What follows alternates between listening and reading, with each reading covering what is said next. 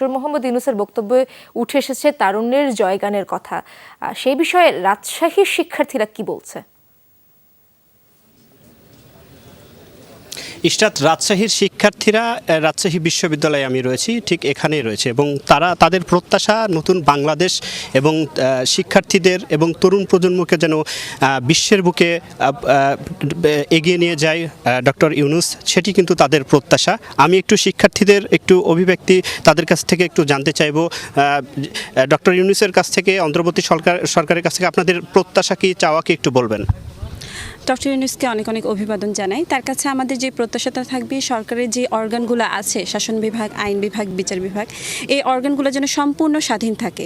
বিচার চাওয়ার ক্ষেত্রে যেন আমাদের কোনো দলীয় পরিচয় না দেখা হয়, যেন সকল ছিন্নমূল মানুষসহ সবাই যেন সব জায়গাতে গিয়ে সেবা পেতে পারে।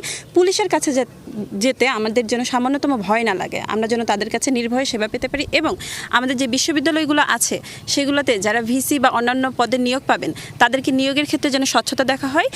সর্বোপরি দেশের কোথাও যেন দুর্নীতির ছিটে ফোঁটা না থাকে, এইটা যেন নিশ্চিত করা হয়। ধন্যবাদ আপনাকে। আরও শিক্ষার্থী আছে, আমরা একটু কথা বলবো। স্বচ্ছতা, জবাবদিহিতা এবং আইন শৃঙ্খলার যে বিষয়গুলো রয়েছে, সেই বিষয়গুলো কেমন হওয়া উচিত এবং আপনাদের প্রত্যাশা কি ডক্টর ইউনূসের কাছ থেকে?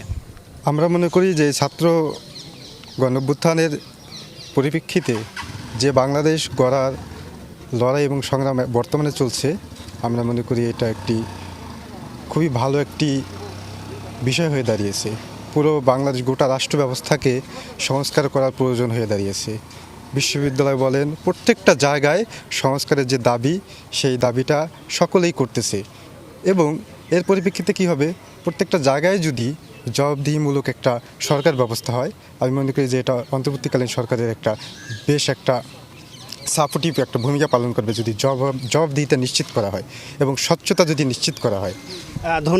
ধন্যবাদ আপনাকে। এবং সেই সাথে সাথে ইশরাত, আমি দেখতে পাচ্ছি যে সাধারণ শিক্ষার্থীরা তারা কিন্তু অনেকটাই খুশি এবং এই ডক্টর ইউনূসের কাছ থেকে কিন্তু তারা তাদের যে চাওয়া, প্রত্যাশা এবং নতুন বাংলাদেশের ক্ষেত্রে শিক্ষার্থীদের উন্নয়নের ক্ষেত্রে কিন্তু